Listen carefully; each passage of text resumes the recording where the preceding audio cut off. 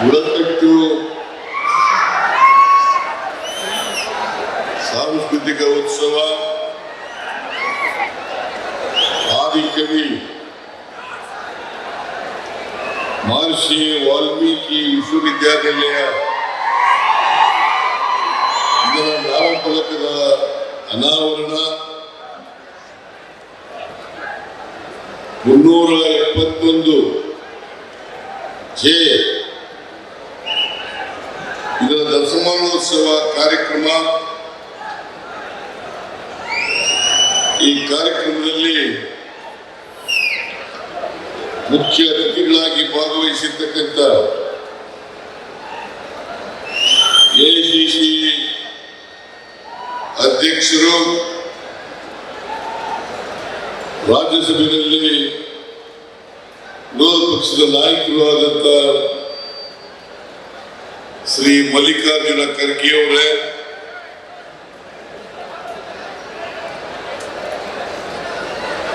ಸಚಿವರುಗಳಾದಂಥ doctor S C Mahadevappa ಅವರೇ, K J George ಅವರೇ, Shri H K Patil ಅವರೇ, ಸತೀಶ್ ಜಾರಕಿಹೊಳಿ ಅವರೇ, ರಾಯಚೂರು ಜಿಲ್ಲಾ ಉಸ್ತುವಾರಿ ಸಚಿವರಾದಂಥ ಡಾಕ್ಟರ್ ಶರಣ ಪ್ರಕಾಶ್ ಪಾಟೀಲ್ ಅವರೇ, ಸಚಿವರಾದಂಥ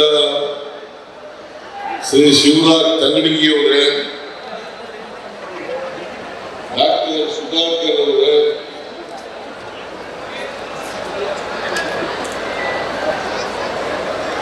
ಶ್ರೀ ಶರಣಬಸಪ್ಪ ದರ್ಶನಾಪುರ ಅವರ, NS ಬೋಸರಾಜ್ ಅವರೇ, KKRDB ಅಧ್ಯಕ್ಷರಾದಂಥ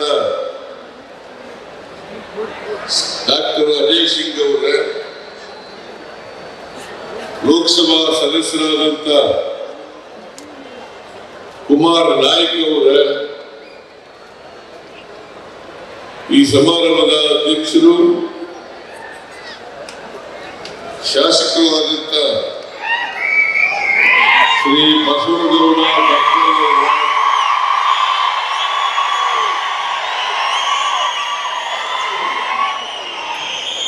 ಶಾಸಕರಾದಂಥ ಅಪ್ಪನಗೌಡ ಪಾದರ್ಲಿ ಅವರೇ,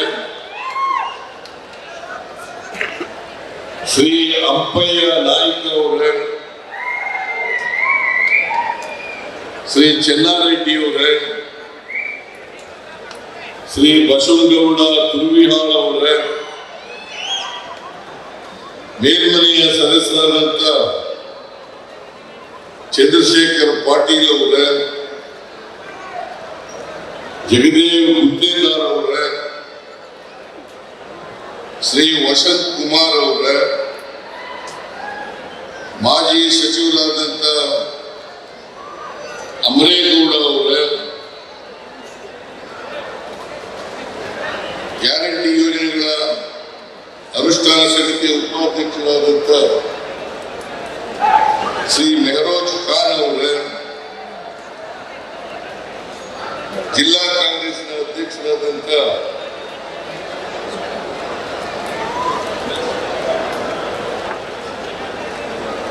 ಬಸವರಾಜ್ ಪಾಟೀಲ್ ಇಟಗಿ ಅವರೇ, ಇನ್ನೊಬ್ಬರು ವಿಧಾನ ಪರಿಷತ್ತಿನ ಸದಸ್ಯರಾದಂಥ ಶರಣಗೌಡ ಬಯ್ಯಾಪುರ ಅವರೇ, ವೇದಿಕೆ ಮೇಲಿರ್ತಕ್ಕಂಥ ಎಲ್ಲ ಆಹ್ವಾನಿತ ಗಣ್ಯರೇ, ಪಕ್ಷದ ಮುಖಂಡರುಗಳೇ,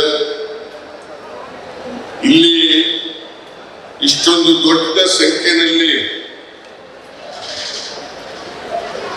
ನೆರೆದಿರ್ತಕ್ಕಂಥ ಆತ್ಮೀಯ ಬಂಧುಗಳೇ, ತಾಯಂದಿರೇ,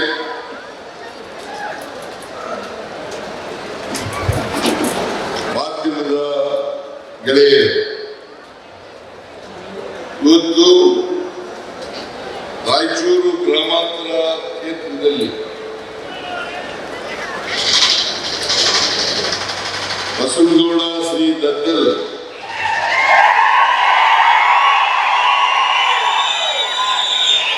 ಅವರ ನೇತೃತ್ವದಲ್ಲಿ ಈ ಕಾರ್ಯಕ್ರಮ ನಡೀತಾ ಇದೆ. ಈ ಕ್ಷೇತ್ರದಲ್ಲಿ ಸುಮಾರು 936 ಕೋಟಿ ರೂಪಾಯಿಗಳ 936 ಕೋಟಿ ರೂಪಾಯಿಗಳ ಉದ್ಘಾಟನೆ, ಶಂಕುಸ್ಥಾಪನೆ ಮತ್ತು ಸವಲತ್ತುಗಳ ವಿತರಣೆ ಈ ಕಾರ್ಯಕ್ರಮ ನಡೀತಾ ಇದೆ. ಈ ಉದ್ಘಾಟನಾ ಕಾರ್ಯಕ್ರಮದಲ್ಲಿ ನಾನು ಮತ್ತು ಎಲ್ಲ ಎಐಸಿಸಿ ಅಧ್ಯಕ್ಷರು ಆದಿಯಾಗಿ ಎಲ್ಲ ಮಂತ್ರಿಗಳು, ಶಾಸಕರುಗಳು ಕೂಡ ಭಾಗಿಯಾಗಿದ್ದೇವೆ ಅಂತ ಅತ್ಯಂತ ಸಂತೋಷದಿಂದ ಹೇಳಲಿಕ್ಕೆ ಬಯಸ್ತಾ ಇದ್ದೇನೆ. ಮತ್ತೆ ಈ ಕಾರ್ಯಕ್ರಮವನ್ನು ನಾವೆಲ್ಲರೂ ಕೂಡ ಅತ್ಯಂತ ಸಂತೋಷದಿಂದ ಉದ್ಘಾಟನೆಯನ್ನು ಮಾಡಿದ್ದೇವೆ. ಕೆಲವರಿಗೆ ಸಾಂಕೇತಿಕವಾಗಿ ಕೆಲವು ಸವಲತ್ತುಗಳನ್ನು ವಿತರಣೆ ಮಾಡಿದ್ದೇವೆ. ನಾನು ಹೋಗಿದ್ದೆ,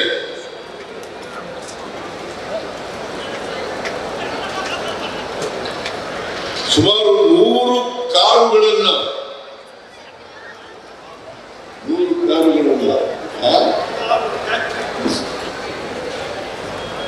ಟ್ರ್ಯಾಕ್ಟರ್ಗಳಂದೇನೆ, ಸೈಕಲ್ ಮೋಟರ್ಗಳಂದೇನೆ, ದ್ವಿಚಕ್ರ ವಾಹನಗಳಂದೇನೆ ಇವತ್ತು ಅನೇಕ ಸವಲತ್ತುಗಳನ್ನ ಫಲಾನುಭವಿಗಳಿಗೆ ವಿತರಣೆ ಮಾಡಿದ್ದೇವೆ. ಆದರೆ ಸಾಂಕೇತಿಕವಾಗಿ ಮಾತ್ರ ವೇದಿಕೆ ಮೇಲೆ ಕೆಲವರಿಗೆ ವಿತರಣೆ ಮಾಡಿದ್ದೇವೆ. ಇನ್ನು ಉಳಿದವರಿಗೆ ಸಂಬಂಧಪಟ್ಟಂತ ಅಧಿಕಾರಿಗಳು ವಿತರಣೆಯನ್ನ ಮಾಡ್ತಾರೆ ಅಂತಕ್ಕಂಥ ಮಾತುಗಳನ್ನ ಹೇಳಲಿಕ್ಕೆ ಬಯಸ್ತಾ ಇದ್ದೇನೆ. ಇನ್ನೂ ಬಹಳ ಜನ ಮಂತ್ರಿಗಳು ಮಾತಾಡಬೇಕಾಗಿತ್ತು, ಸಮಯದ ಅಭಾವದಿಂದ ಬಹಳ ಜನ ಮಂತ್ರಿಗಳು ಮಾತಾಡಲಿಕ್ಕೆ ಸಾಧ್ಯ ಆಗಲಿಲ್ಲ. ಈಗಾಗಲೇ 3 ಗಂಟೆ ಆಗ್ತಾ ಬಂದಿದೆ. ಹಾಗಾಗಿ ನೀವು ಕೂಡ ಊಟ ಮಾಡಿಲ್ಲ, ನಾವು ಮಾಡಿಲ್ಲ.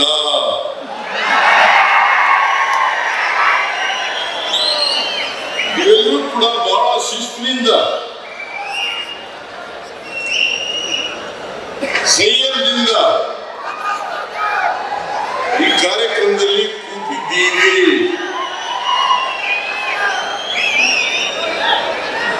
ನಿಮ್ಮ ಈ ಸಂಯಮ ಶಿಸ್ತನ್ನು ನೋಡಿದ್ರೆ ನಮಗೆ ನಿಮ್ಮೆಲ್ಲರ ಆಶೀರ್ವಾದ ಯಾವಾಗಲೂ ಕೂಡ ಇರುತ್ತದೆ ಅಂತಕ್ಕಂಥ ಮಾತುಗಳನ್ನ ಹೇಳಲಿಕ್ಕೆ ಬಯಸ್ತಾ ಇದ್ದೇನೆ. ಕಳೆದ ವಿಧಾನಸಭಾ ಚುನಾವಣೆಯಲ್ಲಿ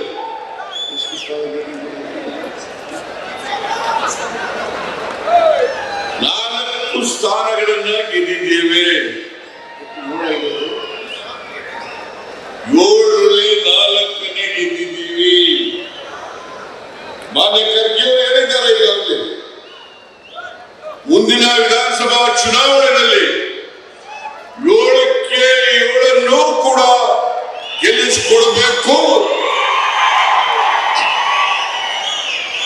ಅಂತಕ್ಕಂಥ ಮನವಿಯನ್ನು ಮಾಡಿದ್ದಾರೆ.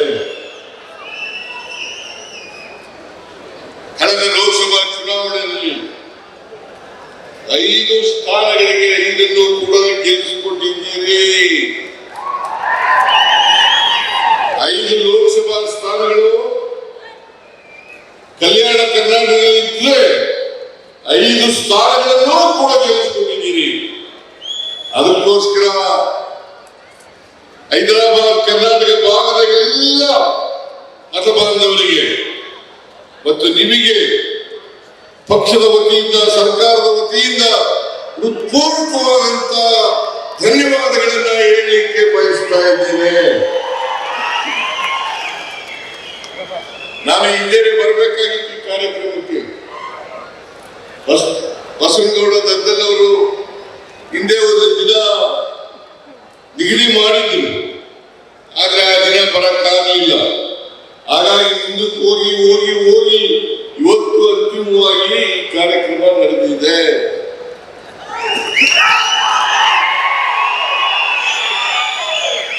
ರಾಯಚೂರು ಒಂದೇ ಕ್ಷೇತ್ರದಲ್ಲಿ, ರಾಯಚೂರು ಗ್ರಾಮಾಂತರ ಒಂದೇ ಕ್ಷೇತ್ರದಲ್ಲಿ 936 ಕೋಟಿ ರೂಪಾಯಿಗಳ ಉದ್ಘಾಟನೆ ಶಂಕುಸ್ಥಾಪನೆ ಕಾರ್ಯಕ್ರಮ ನಡೆದಿದೆ. ಪಾಪ ವಿರೋಧ ಪಕ್ಷದವರು ಇಲ್ಲಿ ಬಂದು ನೋಡ್ಬೇಕು, ಇಲ್ಲಿ ಬಂದು ನೋಡ್ಬೇಕು. ಗ್ಯಾರಂಟಿ ಯೋಜನೆಗಳನ್ನ ಜಾರಿ ಮಾಡಿ ಸಿದ್ದರಾಮಯ್ಯ ಸರ್ಕಾರದಲ್ಲಿ ದುಡ್ಡಿಲ್ಲ,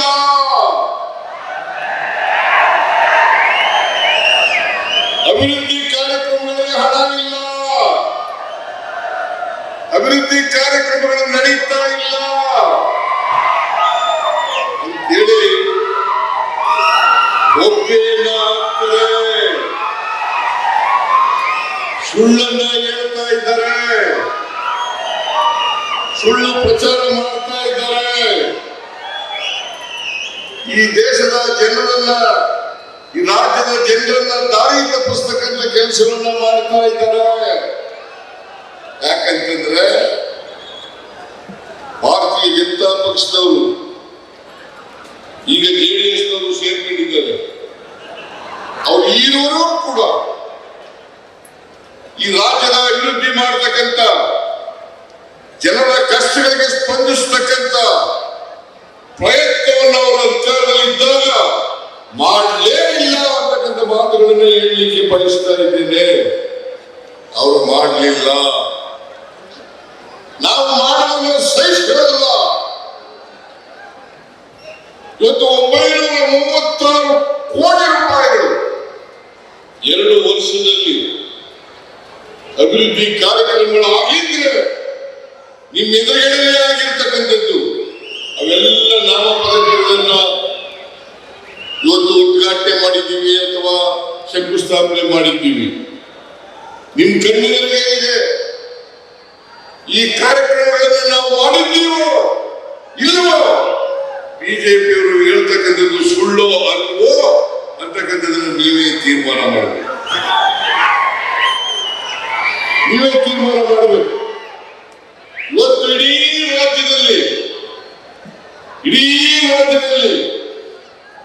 ಹೇಗೆ ಗ್ರಾಮೀಣ ರಾಯಚೂರು ಕ್ಷೇತ್ರದಲ್ಲಿ ನಡೀತಾ ಇದೆ, ಅದೇ ರೀತಿ 224 ವಿಧಾನಸಭಾ ಕ್ಷೇತ್ರಗಳಲ್ಲಿ ನಡೀತಾ ಇದೆ ಅಂತಕ್ಕಂಥ ಮಾತುಗಳನ್ನ ಹೇಳಲಿಕ್ಕೆ ಬಯಸ್ತಾ ಇದ್ದೇನೆ. ಇವತ್ತು ಏನಾದರೂ ಕೊಟ್ಟ ಮಾತುಕತೆ ನಡ್ಕೊಂಡಿರ್ತಕ್ಕಂಥ ಯಾವುದಾದ್ರೂ ಸರ್ಕಾರ ಇದ್ರೆ ಅದು ನಮ್ಮ ಸರ್ಕಾರ, ಕಾಂಗ್ರೆಸ್ ಸರ್ಕಾರ. ಇದನ್ನ ನೀವು ಅರ್ಥ ಮಾಡ್ಕೋಬೇಕಾಗ್ತದೆ.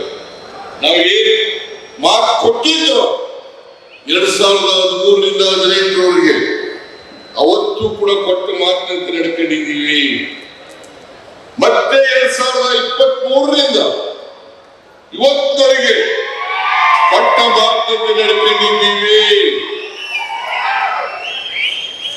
ನಡ್ಕೊಂಡಿದ್ದೀವೋ ಇಲ್ಲ?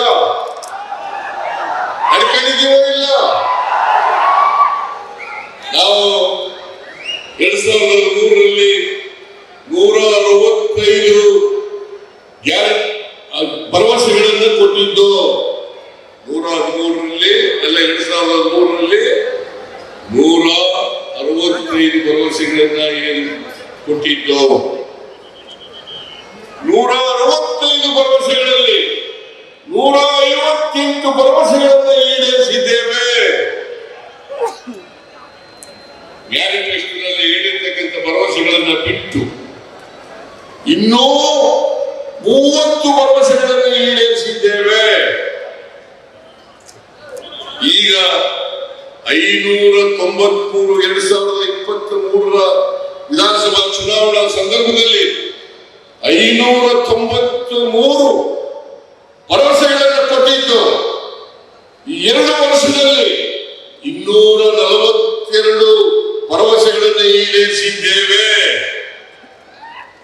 ಉಳಿದ ಭರವಸೆಗಳನ್ನು ಕೂಡ ಇನ್ನು 3 ವರ್ಷದಲ್ಲಿ ಈಡೇರಿಸ್ತೇವೆ ಅಂತಕ್ಕಂಥ ಮಾತುಗಳನ್ನ ತಮಗೆ ತಿಳಿಸಲಿಕ್ಕೆ ಬಯಸ್ತಾ ಇದ್ದೇನೆ. ಅವರು 2018 600 ಭರವಸೆಗಳನ್ನು ಕೊಟ್ಟಿದ್ರು.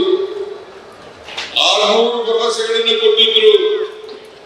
ಅದರಲ್ಲಿ 100ಕ್ಕೆ 10% ಶೇಕಡಾ 10% ಭರವಸೆಗಳನ್ನು ಕೂಡ ಈಡೇರಿಸಲಿಕ್ಕೆ ಬಿಜೆಪಿಯವರ ಕೈಲಾಗಲಿಲ್ಲ,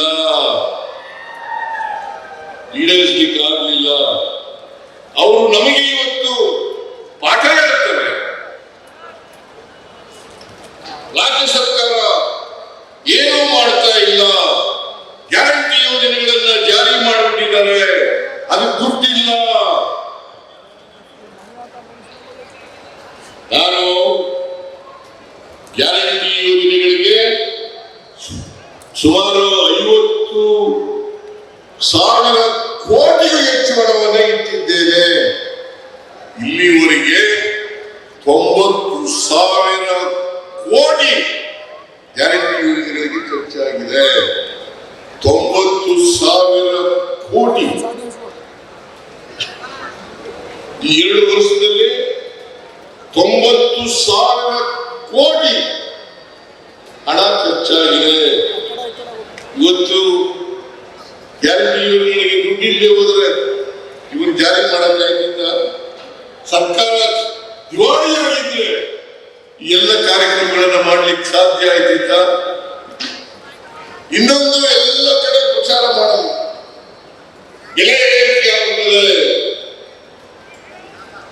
ಸಿದ್ದರಾಮಯ್ಯನವರ ಸರ್ಕಾರದಲ್ಲಿ ಬೆಲೆ ಏರಿಕೆ ಆಗುತ್ತದೆ.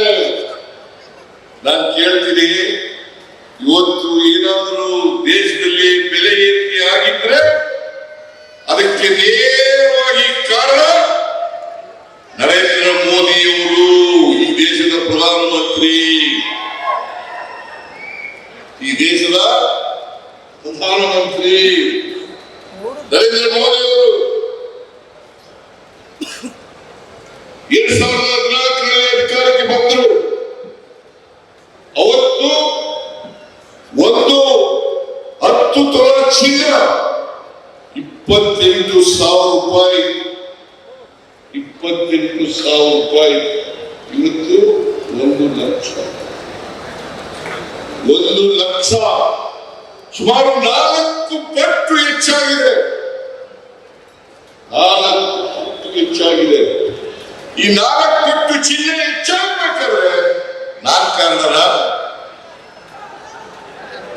ಬಿಜೆಪಿಯವರೇ ನಾನ್ ಕಾರಣನ? ಜೆಡಿಎಸ್ ನವರೇ ನಾನ್ ಕಾರಣನ?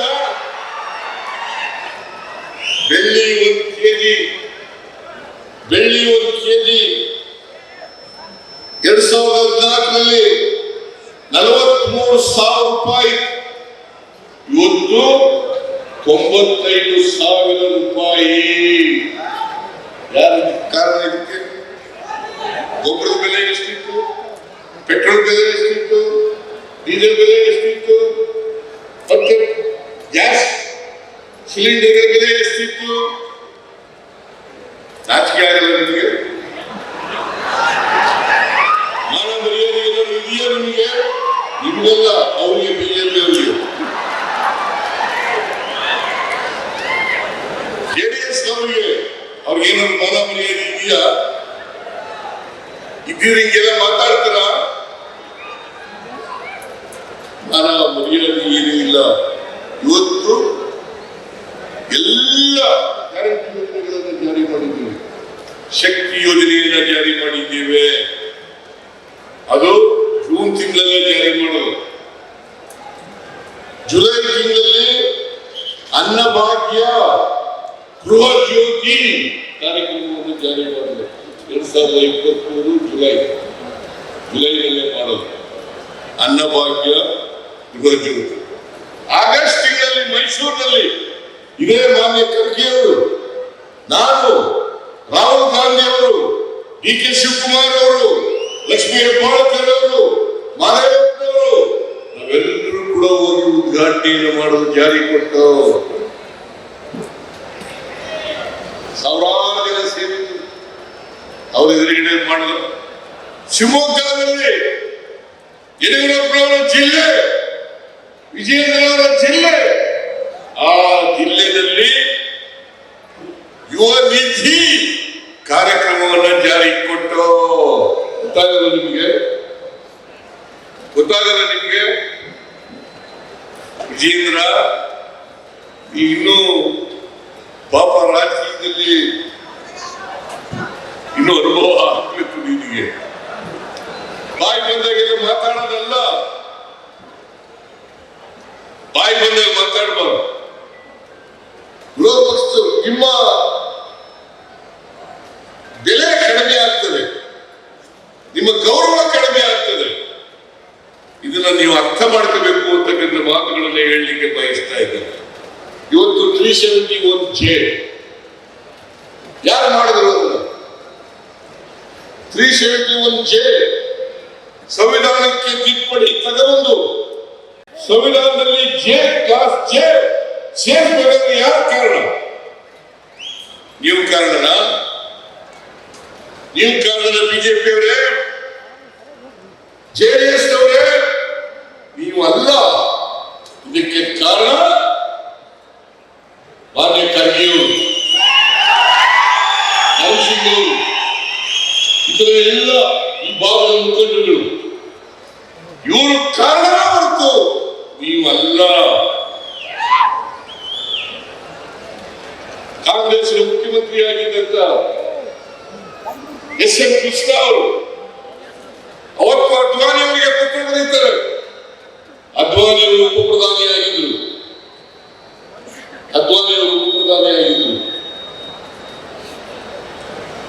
ಅವರಿಗೆ ಪತ್ರ ಬರೀತಾರೆ. ಹೋಮ್ ಮಿನಿಸ್ಟರ್ ಆಗಿದ್ರು. ಪತ್ರ ಬರೀತಾರೆ, 371 ಜಾರಿ ಮಾಡಿ, 371 ಸಂವಿಧಾನಕ್ಕೆ ತಿದ್ದುಪಡಿ ತಗೊಬರ್ರಿ, 371J ಮಾಡಿ ಅಂತ ಹೇಳ್ತಾರೆ. ಅದಕ್ಕೆ ಅದ್ವಾನಿ ಅವರು, ಈ ದೇಶದ ಉಪಪ್ರಧಾನಿ, ಅವರು ಉತ್ತರ ಬರೀತಾರೆ SM ಕೃಷ್ಣ ಅವರಿಗೆ, ಮಾಡ್ಲಿಕ್ಕಾಗಲ್ಲ.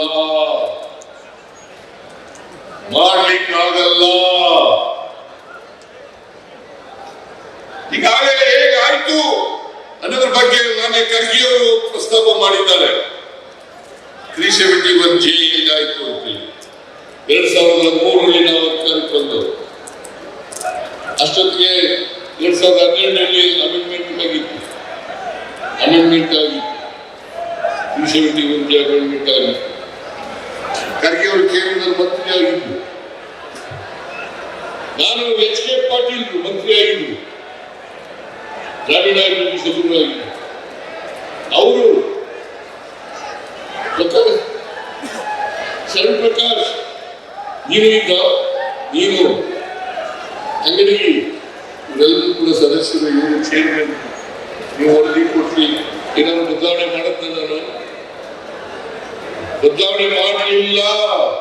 ಯಥಾವತ್ತಾಗಿ ಅವ್ರು ಕೊಟ್ಟಂತ ವರದಿಯನ್ನ ಜಾರಿ ಕೊಟ್ಟಂತ ಸರ್ಕಾರ ಇದ್ರೆ ಅದು ಕಾಂಗ್ರೆಸ್ ಸರ್ಕಾರ, ಸಿದ್ದರಾಮಯ್ಯ ಸರ್ಕಾರ ಅನ್ನೋದಕ್ಕೆ ಸಾಧ್ಯ ಇಲ್ಲ. ಬಿಜೆಪಿಯವರಿಗೆ ಯಾವುದೇ ನೈತಿಕ ಹಕ್ಕಿಲ್ಲ. ಅವ್ರ ಕಾರ್ಯ ಮಾಡಲಿಲ್ಲ, ಮಾಡಲ್ಲ ಹೇಳ್ಬಿಟ್ಟು ನರೇಂದ್ರ ಮೋದಿ ಅವರು ಅಲ್ಲ, ಇವರು ಅದ್ವಾನಿಯವರು ಆಗಲ್ಲ. ಇವತ್ತು ನಾವು ಅಧಿಕಾರಕ್ಕೆ ಬಂದ ಮೇಲೆ 2023ರಿಂದ ಇವತ್ತಿನವರೆಗೆ 13,000 ಕೋಟಿ ರೂಪಾಯಿಗಳನ್ನು ಕೊಟ್ಟಿದ್ದೇವೆ. 13,000 ಕೋಟಿ ರೂಪಾಯಿಗಳನ್ನು ಕೊಟ್ಟಿದ್ದೇವೆ. ಏನಪ್ಪಾ ಪ್ರಕಾಶ್, ಇವು ಖರ್ಚು ಮಾಡಿ ಇನ್ನೂ ಜಾಸ್ತಿ ಕೊಡೋಣ.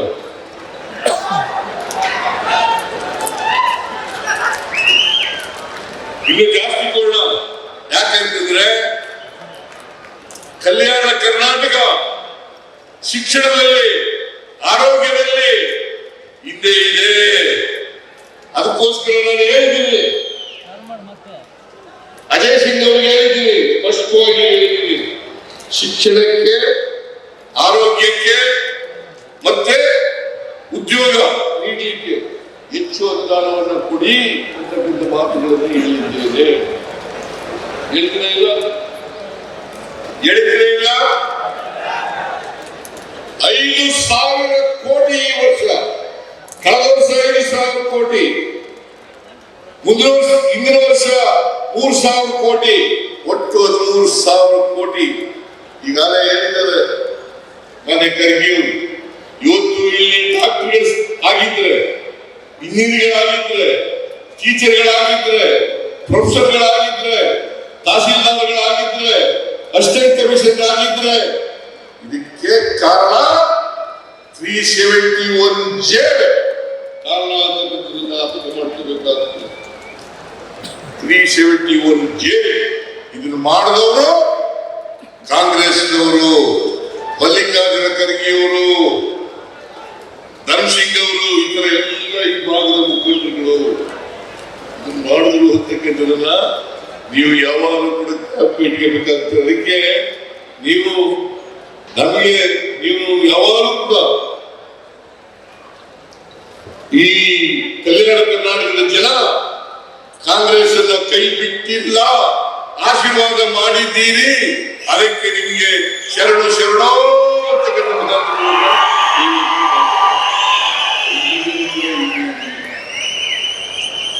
ಕೂಡ ಹೀಗೆ ಇರಲಿ. ನಾವು ನಿಮ್ಮ ಜೊತೆ ಇರ್ತೀವಿ. ನೀವು ಬಿಜೆಪಿ ಅವ್ರ ಮಾತು ಕೇಳಕ್ ಹೋಗ್ಬೇಡಿ, ಜೆಡಿಎಸ್ ಅವ್ರ ಮಾತು ಕೇಳಕ್ ಹೋಗ್ಬೇಡಿ. ಅವರು ಸುಳ್ಳೇ ಹೇಳೋದು, ಅವ್ರ ಮನೆ ದೇವರೇ ಸುಳ್ಳು, ಬರೀ ಸುಳ್ಳು ಅಪಪ್ರಚಾರ ಮಾಡೋದು, ನಮ್ಮ ಸುಳ್ಳು ಅಪವಾದಗಳನ್ನು ಮಾಡೋದು, ಆಮೇಲೆ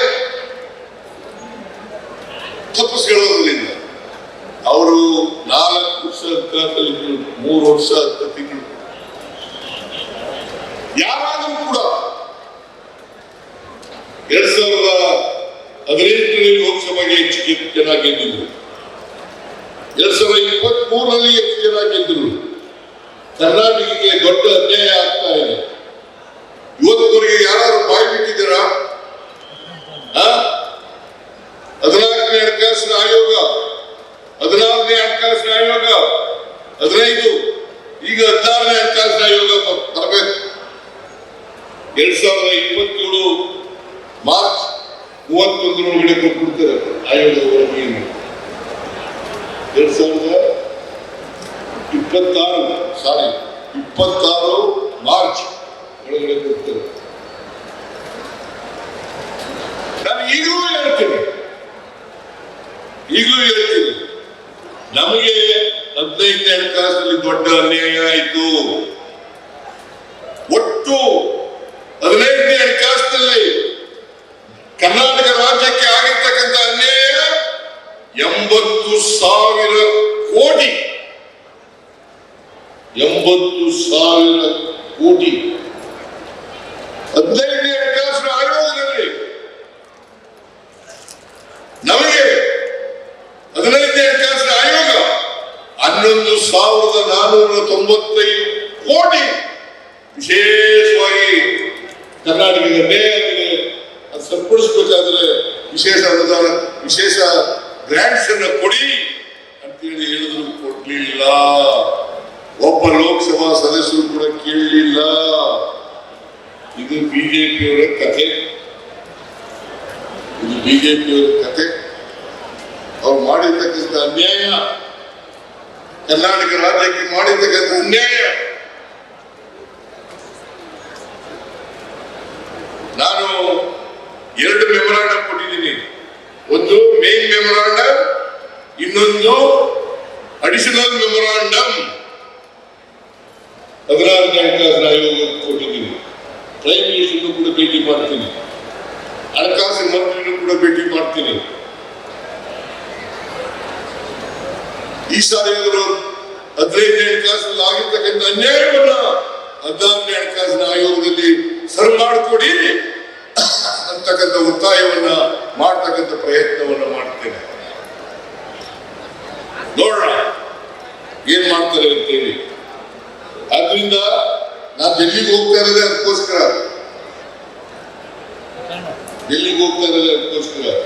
ಡೆಲ್ಲಿಗೆ ಹೋಗಿ ಪ್ರೈಮ್ ಮಿನಿಸ್ಟರ್ ಅನ್ನ, ಹಣಕಾಸಿನ ಮಂತ್ರಿಯನ್ನ ಭೇಟಿ ಮಾಡಿ ಅವರಿಗೆ ಮನವರಿಕೆ ಮಾಡಿಕೊಡ್ತಕ್ಕಂಥ ಪ್ರಯತ್ನವನ್ನ ಮಾಡ್ತೇನೆ ಅಂತಕ್ಕಂಥದ್ದು. ಯಾಕಂದ್ರೆ ಕರ್ನಾಟಕ ರಾಜ್ಯ ಇದೆಯಲ್ಲ, 14ನೇ ಹಣಕಾಸಿನಲ್ಲಿ 4.7% ಬಂದಿತ್ತು ಡೊನೇಷನ್. ತೆರಿಗೆ ಹಂಚಿಕೆಯಲ್ಲಿ 4.7, 15ನೇ ಹಣಕಾಸಿನಲ್ಲಿ 3.6 ಅಂದ್ರೆ 1.1% ಕಡಿಮೆ. ಒಟ್ಟಾರೆ 23% ನಮಗೆ ಕಡಿಮೆ, 23% ಕಡಿಮೆ. ಇದನ್ನ ಯಾವ ಬಿಜೆಪಿಯವರು ಮಾತಾಡಲ್ಲ, ಯಾವ ಲೋಕಸಭಾ ಸದಸ್ಯರು ಮಾತಾಡಲ್ಲ, ಯಾವ MLA ಮಾತಾಡಲ್ಲ. ಇದು ಕರ್ನಾಟಕಕ್ಕೆ ಮಾಡಿರ್ತಕ್ಕಂಥ ಮೋಸ, ಕರ್ನಾಟಕಕ್ಕೆ ಮಾಡಿರ್ತಕ್ಕಂಥ ಅನ್ಯಾಯ. ಇದ್ರ ಬಗ್ಗೆ ಬಿಜೆಪಿಯವರು ಮಾತಾಡಲಿ. ಅವರಿಗೆ ಧೈರ್ಯ ಇದ್ರೆ ಕೇಂದ್ರ ಸರ್ಕಾರಕ್ಕೆ ಒತ್ತಡವನ್ನು ಹಾಕ್ತಕ್ಕಂಥ ಕೆಲಸವನ್ನ ಮಾಡಲಿ ಅಂತಕ್ಕಂಥ ಮಾತುಗಳನ್ನು ಹೇಳಲಿಕ್ಕೆ ಬಯಸ್ತಾ ಇದ್ದೇನೆ.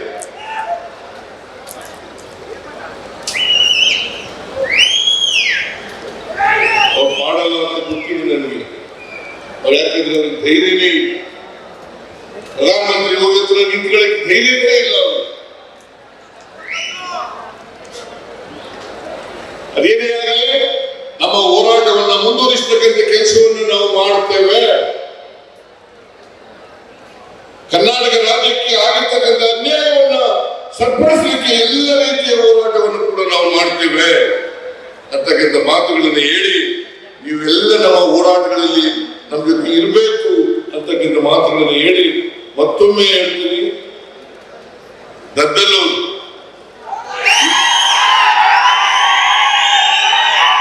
ಪರಿಶಿಷ್ಟ ವರ್ಗಗಳ ಅಧ್ಯಕ್ಷರಾಗಿ ಉತ್ತಮವಾದ ಕೆಲಸ ಮಾಡ್ತಾ ಇದ್ದಾರೆ.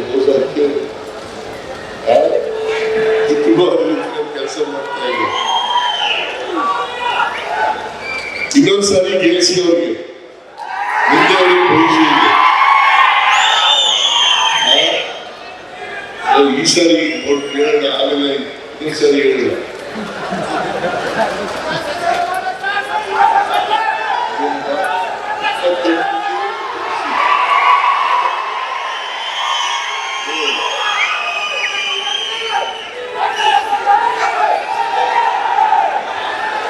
ಅದರಿಂದ ನಾನು ಹೆಚ್ಚು ಮಾತನಾಡ್ಲಿಕ್ಕೆ ಹೋಗಲ್ಲ, ಸಮಯ ಆಗಿದೆ, ದಯವಿಟ್ಟು ಕ್ಷಮಿಸಿ. ಈಗಾಗಲೇ ಖರ್ಗೆಯವರು ಅನೇಕ ವಿಚಾರಗಳನ್ನ ಪ್ರಸ್ತಾಪ ಮಾಡಿದ್ದಾರೆ, ರಾಷ್ಟ್ರ ರಾಜಕಾರಣದ ಬಗ್ಗೆ ಎಲ್ಲ ಪ್ರಸ್ತಾಪ ಮಾಡಿದ್ದಾರೆ. ನಾನು ಅದನ್ನೆಲ್ಲ ಪ್ರಸ್ತಾಪ ಮಾಡಕ್ ಹೋಗಲ್ಲ ಅಂತಕ್ಕಂಥ ಮಾತುಗಳನ್ನು ಹೇಳಿ, ನಿಮ್ಮೆಲ್ಲರೂ ನಿಮ್ಮ ಆಶೀರ್ವಾದ ಕಾಂಗ್ರೆಸ್ ಪರವಾಗಿ ನೀಡಿ, ನಮ್ಮ ಎಲ್ಲ ಮುಖಂಡಗಳ ಮೇಲೆ ಇರಲಿ, ನಮ್ಮೆಲ್ಲ ಶಾಸಕಗಳ ಮೇಲೆ, ಲೋಕಸಭಾ ಸದಸ್ಯರ ಮೇಲೆ ಇರಲಿ ಅಂತಕ್ಕಂಥ ಮಾತುಗಳನ್ನು ಹೇಳಿ ನಿಮ್ಗೆಲ್ಲ ನಮಸ್ಕಾರ ಮಾಡಿ ನನ್ನ ಮಾತು ಮುಗಿಸ್ತೇನೆ. ಜೈ ಹಿಂದ್, ಜೈ ಕರ್ನಾಟಕ. ಕರ್ನಾಟಕವನ್ನ ಮಾದರಿ ಕರ್ನಾಟಕವಾಗಿ ಮುನ್ನಡೆಸ್ತಾ ಇರುವಂತಹ ಸನ್ಮಾನ್ಯ ಮುಖ್ಯಮಂತ್ರಿಗಳಾದ ಶ್ರೀ ಸಿದ್ದರಾಮಯ್ಯ ಅವರು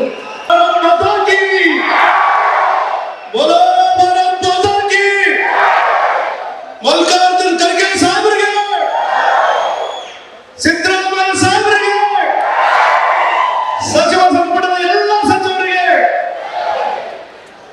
ಸನ್ಮಾನ್ಯ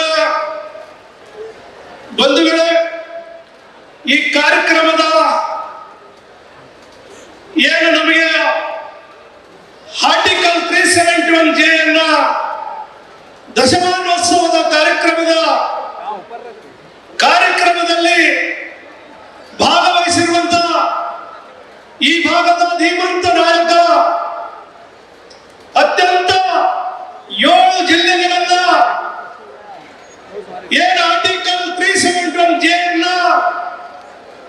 ಬರಲಿಕ್ಕೆ ಕಾರಣಭೂತರಾದಂತ ನಮ್ಮೆಲ್ಲರ ನೆಚ್ಚಿನ ನಾಯಕರಾದಂತ ಮಲ್ಲಿಕಾರ್ಜುನ್ ಖರ್ಗೆ ಸಾಹೇಬ್ರೆ ಮತ್ತು ಈ ರಾಜ್ಯದ ಧೀಮಂತ ನಾಯಕ, ಎಲ್ಲ ವರ್ಗಕ್ಕೆ ಪ್ರೀತಿ ವಿಶ್ವಾಸದಿಂದ ಕಾಣುವಂತ ವ್ಯಕ್ತಿ ಅನ್ನ ರಾಮಯ್ಯ ಅಂದರೆ ಸಿದ್ದರಾಮಯ್ಯ ಸಾಹೇಬ್ರೆ.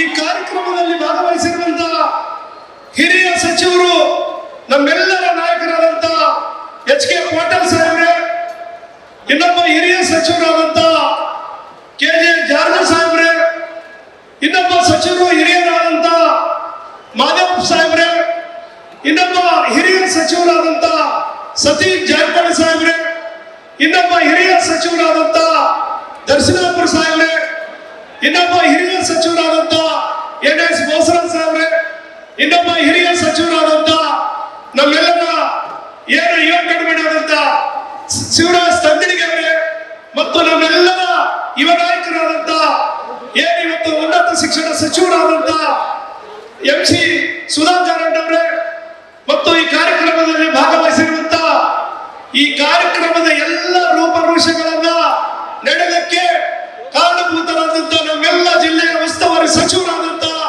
ಡಾಕ್ಟರ್ ಶರಣ್ ಪ್ರಕಾಶ್ ಪಾಟೀಲ್ ಸಾಹೇಬ್ರೆ, ಮತ್ತು ಈ ಕಾರ್ಯಕ್ರಮದಲ್ಲಿ ಭಾಗವಹಿಸಿರುವಂತ ನಮ್ಮ ಕಲ್ಯಾಣ ಕರ್ನಾಟಕದ ಮಂಡಳಿ ಅಧ್ಯಕ್ಷರಾದಂತ ಅಜಯ್ ಸಿಂಗ್ ಅವರೇ, ಮತ್ತು ನಮ್ಮ ಈ ಭಾಗದಲ್ಲಿ ಸಂಸದರಾದಂತ G ಕುಮಾರ್ ನಾಯ್ಕರವರೇ, ಶಾಸಕರಾದಂತ ಅಂಬಾಯ್ ಸಾವ್ಕಾರ್ ಅವರೇ, ಮತ್ತು ನಮ್ಮ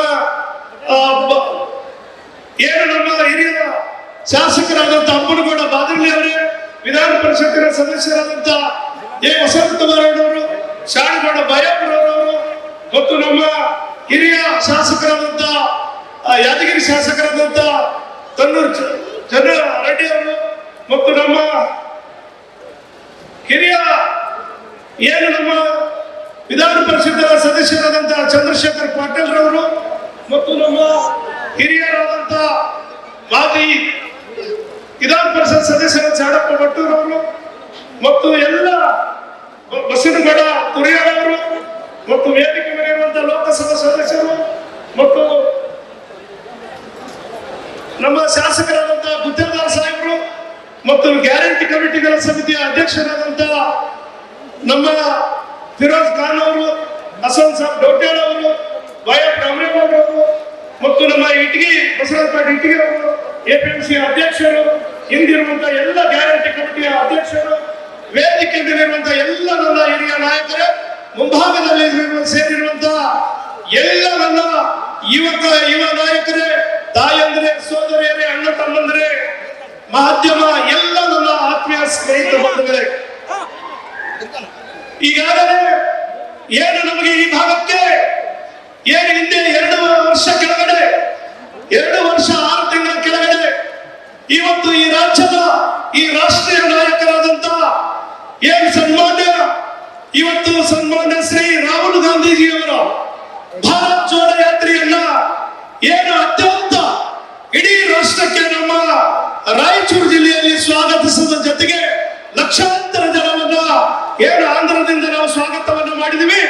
ಅದಾದ ನಂತರ ನನ್ನ ಸರ್ಕಾರ ಈ ರಾಜ್ಯದಲ್ಲಿ 130 ಸೀಟ್ಗಳನ್ನು ಪಡೆದು ಈ ರಾಜ್ಯದ ಮುಖ್ಯಮಂತ್ರಿಗಳಾಗಿ ಅನ್ನವನ್ನು ನೀಡಿರುವಂತ ಸಿದ್ದರಾಮಯ್ಯ ಸಾಹೇಬರ ನೇತೃತ್ವದಲ್ಲಿ ಇವತ್ತು ನಾವೆಲ್ಲರೂ ಕೂಡ 5 ಗ್ಯಾರಂಟಿಗಳು ಮಲ್ಲಿಕಾರ್ಜುನ್ ಖರ್ಗೆ ಸಾಹೇಬರವರ ನೇತೃತ್ವದಲ್ಲಿ, ಸಿದ್ದರಾಮಯ್ಯ ಸಾಹೇಬರ ನೇತೃತ್ವದಲ್ಲಿ 5 ಗ್ಯಾರಂಟಿಗಳನ್ನು ನಾವೇನು ಜಾರಿಗೊಳಿಸಿದ್ವಿ, ಏನು ನಾವು ಜನರ ಮುಂದೆ ಭರವಸೆಗಳನ್ನು ಕೊಟ್ಟಿದ್ದೀವಿ, ಅದನ್ನ ಚಾಚು ತಪ್ಪದೆ ಇವತ್ತು ಈಡೇರಿಸುವಂತ ಧೀಮಂತ ನಾಯಕರುಗಳು ನಮ್ಮ ನಾಯಕರುಗಳ ಮಧ್ಯದಲ್ಲಿ ನಾವಿದ್ದೀವಿ. ಬಂಧುಗಳೇ, ನನ್ನ ಮನವಿ ಇಷ್ಟೇ, ನನ್ನ ನಾಯಕರಿಗೆ ರಾಯಚೂರು ಗ್ರಾಮೀಣ ವಿಧಾನಸಭಾ ಕ್ಷೇತ್ರದಲ್ಲಿ ಇವತ್ತು ಈ ಭಾಗಕ್ಕೆ 2 ನದಿಗಳ ನಡುವೆ ಕ್ಷೇತ್ರಕ್ಕಿದೆ. ಒಂದು ಕಡೆ ಕೃಷ್ಣ ಭೀಮಾ, ಒಂದು ಕಡೆ ತುಂಗಭದ್ರ, 2 ನದಿಗಳನ್ನು ಹರಿದು ಹೋಗ್ತಾ ಇದೆ. ಆದ್ರೆ ನನಗೆ 2 ಕಡೆಯಿಂದ ಕಾಲುವೆಯಿಂದ ನೀರನ್ನ ಈ ಭಾಗಕ್ಕೆ ನನಗೆ ಟೈಲೆಂಡ್ ಆದಂತ ಪ್ರದೇಶ ಆಗಿದೆ. ನನ್ನ ರೈತಾಪಿ ವರ್ಗಕ್ಕೆ ಏನು ನನಗೆ ಮೇಲಿಂದ ಬರುವಂತ ನೀರು ನನಗೆ ತಲುಪುತ್ತಾ ಇಲ್ಲ. ಹಾಗಾಗಿ ನನ್ನ ರಾಜ್ಯದ ಮುಖ್ಯಮಂತ್ರಿಗಳ ಹತ್ರ, ಎಲ್ಲ ನನ್ನ ಸಚಿವರ ಹತ್ರ ಮತ್ತು ನನ್ನ ಮಲ್ಲಿಕಾರ್ಜುನ ಖರ್ಗೆ ಸಾಹೇಬ್ರ ಹತ್ರ ಕೇಳಿದಷ್ಟೇ. ಯಾಕಂದ್ರೆ ಈ ಭಾಗದಲ್ಲಿ ಹರಿದು ಬರುವಂತ 2 ನದಿಗಳಿಗೆ ಈಗಾಗಲೇ ಏನು ಇವತ್ತು 2 ಲಿಫ್ಟ್ ಇರಿಗೇಷನ್ಗಳನ್ನ ಕೊಟ್ಟಿದ್ದಾರೆ.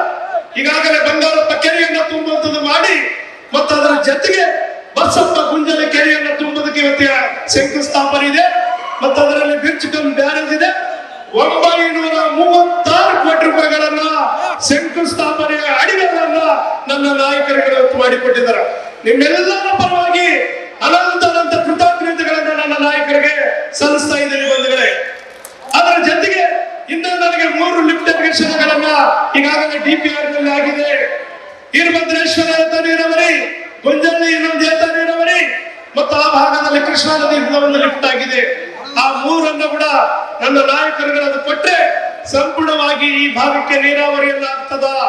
ನನ್ನ ಸಂಕಲ್ಪ ಸಂಪೂರ್ಣವಾಗಿ ನೀರಾವರಿ ಪ್ರದೇಶವನ್ನ ಈ ಭಾಗಕ್ಕೆ ರೈತರಿಗೆ ಮಾಡ್ಬೇಕಂತ ಹೇಳಿ ನನ್ನ ಸಂಕಲ್ಪ ಇದೆ. ಹಾಗಾಗಿ ಬಂಧುಗಳೇ, ನಾನು ನಿಮ್ಮೆಲ್ಲರ ಪರವಾಗಿ ಈ ರಾಜ್ಯದ ನಾಯಕರುಗಳನ್ನು ನನ್ನ ಮುಖ್ಯಮಂತ್ರಿಗಳನ್ನ ಕೇಳೋದಕ್ಕೆ, ನನ್ನ ಗ್ರಾಮೀಣ ವಿಧಾನಸಭಾ ಕ್ಷೇತ್ರಕ್ಕೆ ಏನು ಇವತ್ತು ಆದಿಕವಿ ಮಹರ್ಷಿ ವಿಶ್ವವಿದ್ಯಾಲಯವನ್ನ ಏನು ಹಿಂದೆ ವಾಲ್ಮೀಕಿ ಜಯಂತಿಯಲ್ಲಿ ನಾವೆಲ್ಲರೂ ಕೇಳಿದಾಗ ಒಂದೇ ಮಾತಿಗೆ ಅದನ್ನ ಘೋಷಣೆ ಮಾಡಿ ಇವತ್ತು ಬೋರ್ಡನ್ನ ಅನಾವರಣ ಮಾಡುವಂತ ಕೆಲಸವನ್ನ ಮಾಡಿದಾರ. ನಿಮ್ಮೆಲ್ಲರ ಪರವಾಗಿ ಆ ನನ್ನ ನಾಯಕರುಗಳಿಗೆ ಧನ್ಯವಾದವನ್ನು ಸಲ್ಲಿಸ್ತಾ ಇದ್ದೀರಿ. ಅದರ ಜೊತೆಗೆ ಇವತ್ತೇನು ನನಗೆ ಬುಡಕಟ್ಟು ಉತ್ಸವವಲ್ಲ, ಇವತ್ತೇನು ನನಗೆ ಟ್ರೈಬಲ್ ಇಲಾಖೆಯಿಂದ ಇವತ್ತು ವಾಲ್ಮೀಕಿ ಅಭಿವೃದ್ಧಿ ನಿಗಮದಿಂದ ಹಲವಾರು ನಿಗಮಗಳಿಂದ ಇವತ್ತು ಸುಮಾರು 130 ಗಾಡಿಗಳನ್ನ 101 ಗಾಡಿಗಳು ಮತ್ತು ದ್ವಿಚಕ್ರ ವಾಹನ ಎಲ್ಲವನ್ನು ಸೇರಿಸಿ ಸುಮಾರು 125ರಿಂದ 30 ಗಾಡಿಗಳನ್ನ ಇವತ್ತು ಇಂಡಿವಿಜುವಲ್ ಬೆನಿಫಿಷರಿಗಳನ್ನ ಕೊಡುವಂತ ಕೆಲಸವನ್ನ ನಾವು ಮಾಡ್ತಾ ಇದ್ದೀವಿ. ಬಂಧುಗಳೇ, ಇವತ್ತೀಗಾಗಲೇ ನನ್ನ ನಾಯಕರುಗಳು ಇಷ್ಟೊಂದು ಅನುದಾನವನ್ನು ಕೊಟ್ಟು ಈ ಭಾಗಕ್ಕೆ ಅಭಿವೃದ್ಧಿಯನ್ನು ಮುನ್ನಡೆಸುವಂತ ಸೂಚನೆಯನ್ನು ನನಗೆ ಕೊಟ್ಟಿದ್ದಾರೆ. ಅವರ ಅಡಿಯಲ್ಲಿ ನಾನು ಕೆಲಸವನ್ನ ಮಾಡಿ ಈ ನನ್ನ ಸರ್ಕಾರಕ್ಕೆ ಮತ್ತು ನೀವು ನನಗೆ ಆಶೀರ್ವಾದ ಮಾಡೋದಕ್ಕೆ, ನಿಮ್ಮ ಗೌರವಕ್ಕೆ ಮತ್ತು ನನ್ನ ನಾಯಕರ ಗೌರವಕ್ಕೆ ಯಾವತ್ತೂ ಕೂಡ ಧಕ್ಕೆ ಮಾಡದ ರೀತಿಯಲ್ಲಿ ನಾನು ಕೆಲಸವನ್ನ ಮಾಡ್ತೀನಿ ಅಂತ ಕೂಡ ಈ ಸಂದರ್ಭದಲ್ಲಿ ಹೇಳ್ತೀನಿ. ಮತ್ತು ನನ್ನ ನಾಯಕರಾದಂತಹ ಮಲ್ಲಿಕಾರ್ಜುನ ಖರ್ಗೆ ಸಾಹೇಬರು ಈ ಭಾಗಕ್ಕೆ 371 ಜೆ ಕೊಟ್ಟ ಮೇಲೆ ಇವತ್ತು 5,000 ಕೋಟಿ ರೂಪಾಯಿಗಳನ್ನ ಸಿದ್ದರಾಮಯ್ಯ ಸಾಹೇಬರು ಇವತ್ತು ಘೋಷಣೆಯನ್ನ ಮಾಡಿದ್ದಾರೆ. ಇದು ನಮ್ಮೆಲ್ಲರ ಸೌಭಾಗ್ಯ. ನಾವೇನು ಇವತ್ತು 7 ಜಿಲ್ಲೆಯಲ್ಲಿ ಹುಟ್ಟಿವಂದ್ರೆ ನಮ್ಮೆಲ್ಲರ ಸೌಭಾಗ್ಯ ಅಂತ ಹೇಳ್ತೀನಿ. ಇವತ್ತು ಈ ಭಾಗದಲ್ಲಿ ಹುಟ್ಟಿದವರಿಗೆ ಏನು ಎಂತ ಮಹತ್ವವಾದಂತ ಯೋಜನೆಯನ್ನು ನಮಗೆ ಕೊಟ್ಟಿದ್ದಾರೆ. ದೇಶದಲ್ಲಿ ಆರ್ಟಿಕಲ್ 371 ಬಹಳಷ್ಟು ತಿದ್ದುಪಡಿಗಳಾಗಿದೆ, ಆದ್ರೆ ಇಂಥ ಮಹತ್ವದಂತ ಎಲ್ಲಿ ಕೂಡ ಕೊಟ್ಟಿಲ್ಲ. ಇವತ್ತು ಎಜುಕೇಶನ್, ಎಂಪ್ಲಾಯ್ಮೆಂಟ್, ಡೆವಲಪ್ಮೆಂಟ್ 3 ಅಂಶಗಳನ್ನು ಕೊಟ್ಟಂತ ನನ್ನ ನಾಯಕರಿಗೆ ನಾವು ಯಾವತ್ತೂ ಕೂಡ ಸಾಯುವವರೆಗೆ ನಾವು ಯಾರು ಕೂಡ ಆ ಋಣವನ್ನು ತೀರಿಸೋದಕ್ಕೆ ಸಾಧ್ಯವೇ ಇಲ್ಲ ಅಂತ ಕೂಡ ನಾವು ಈ ಸಂದರ್ಭದಲ್ಲಿ ಹೇಳ್ತೀವಿ. ಯಾಕಂದ್ರೆ ಇವತ್ತು ಎಷ್ಟೋ ಜನ ಇವತ್ತು ನನ್ನ ಡಾಕ್ಟರ್ಗಳಾಗಿ ಇಲ್ಲಿ ಬಂದಿದ್ದಾರ, ಇಂಜಿನಿಯರ್ಗಳಾಗಿ ಬಂದಿದ್ದಾರ, ಮತ್ತು ಬಹಳಷ್ಟು ಜನ ಉದ್ಯೋಗಗಳನ್ನು ಪಡೆದಿದ್ದಾರ. ಅವರೆಲ್ಲರ ಇವತ್ತು ಚರಿತ್ರೆಯನ್ನ ಇವತ್ತು ಬುಕ್ಕಿನಲ್ಲಿ, ಇವತ್ತು ದಶಮಾನೋತ್ಸವದ ಬುಕ್ನಲ್ಲಿ ಎಲ್ಲವನ್ನ ಅದರಲ್ಲಿ ಅಡಗಿದೆ.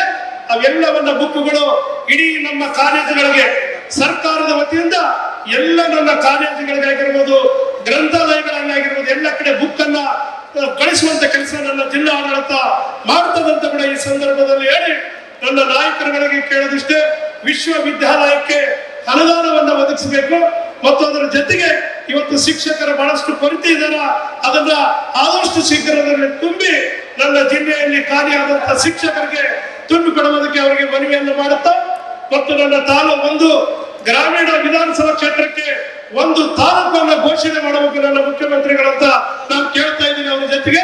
ಮತ್ತು ಏನು ದೇಶಗುರನ್ನ ಈಗಾಗಲೇ ಪುರಸಭೆ ನಗರಸಭೆಯನ್ನ ಮಾಡ್ಬೇಕಂತ ನಾನು ಕೇಳಿದ್ದೀನಿ. ನಿಮ್ಮೆಲ್ಲರ ಪರವಾಗಿ ಅವ್ರನ್ನ ಮತ್ತೊಂದು ಸಾರಿ ಮನವಿಯನ್ನ ಕೇಳಿ ನನ್ನ ನಾಯಕರುಗಳ ಮಾತನ್ನ ನೀವು ಕೇಳಬೇಕಾಗಿದೆ ಬಂಧುಗಳೇ. ನೀವೆಲ್ಲರೂ ಇಲ್ಲಿ ಬಂದು ಸೇರಿರುವಂತಹ ನಿಮ್ಮೆಲ್ಲರಿಗೆ ವಂದಿಸಿ ಮತ್ತು ನನ್ನೆಲ್ಲ ನಾಯಕರುಗಳಿಗೆ ಪದಾರಗಳಿಗೆ ವಂದಿಸಿ ನನ್ನ 2 ಮಾತುಗಳನ್ನು